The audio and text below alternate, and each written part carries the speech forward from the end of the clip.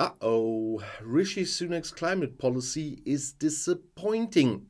Critics see a threat to climate goals and unclear commitments to international financing.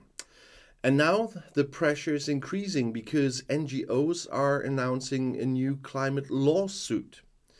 The UK has lost its clear global leadership on climate action. This was just one of the scathing sentences in the progress report to the British Parliament that the Climate Change Committee, the CCC, published at the end of June. The CCC plays an important role in British climate policy. It was set up in 2008 under the Climate Change Act as an independent public body to regularly report to Parliament on the progress of climate policy and to advise the government. In its most recent report, it did not mince words.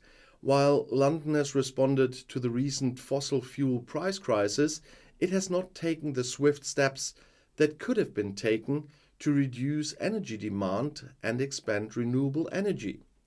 The UK has also backed out on fossil fuel commitments with approval for a new coal mine and support for new UK oil and gas production. Without a change in policy, the situation would get worse. That's what the CCC made clear. The UK would miss its 2030 emission reduction targets. Former Prime Minister Boris Johnson still saw climate protection as a foreign policy element of his policy, but his successors show little interest in the topic. Russia's invasion of Ukraine and the ensuing energy crisis were used to put energy at the top of the political agenda. And the result was? The government is loudly pointing out the need for increased production of British oil and gas. Prime Minister Rishi Sunak has met with a lot of opposition, including from his own people. When Zach Goldsmith resigned as climate secretary at the end of June, he slammed the PM. The problem is not that the government is hostile to the environment, it's that you, our Prime Minister, are simply disinterested. This disinterest paralyzed the government. But the pressure on Sunak to do more is mounting. 3 non-profit organizations, Friends of the Earth, Client Earth and Good Law Project, announced this month that they will be suing the government for the second time in less than 2 years over its weak and inadequate strategy to combat climate change.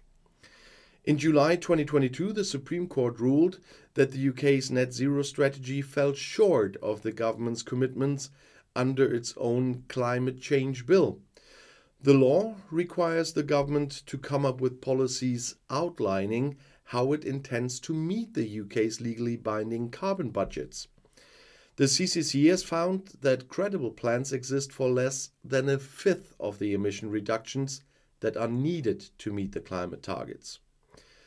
The non-governmental organizations are now arguing that even the revised net zero strategy published by the government at the beginning of the year falls short of what is necessary to achieve the climate goals. Lord Deben, a party friend of Sunak's and until recently leader of the CCC, even sided with the opposition Labour Party in a televised debate in early July. He backed Labour's call for a halt to all new domestic oil and gas projects. Labour leader Keir Starmer's rhetoric suggests the UK would gain climate momentum under a centre-left government. Nevertheless, Starmer's climate policy intentions are not always clear either. There are some things Labour promises if they win the next election. They first want to decarbonise the UK energy system by 2030, that's 5 years ahead of the current government schedule. Secondly, they want to increase spending on green technologies. Third, they want to create renewable energy projects with a capacity of up to 8 gigawatts within 5 years and end the de facto ban on onshore wind energy projects. And fourth, they want to make the transition to net zero emission fair and create green jobs in the UK. But Starmer too seems less comfortable recognizing the full extent of the climate crisis. The Sunday Times quoted him this month as saying that he hates tree huggers. That's a derogatory term for eco-movements. And as is so often the case, money, especially international climate finance, seems to be a sensitive issue for both parties. There has been media debate in recent weeks as to whether Sunak will even honour Britain's 2019 pledge to double climate finance to the world's poorest countries to £11.6 billion by 2026. And new articles indicate that even Starmer is reluctant to make good on that promise.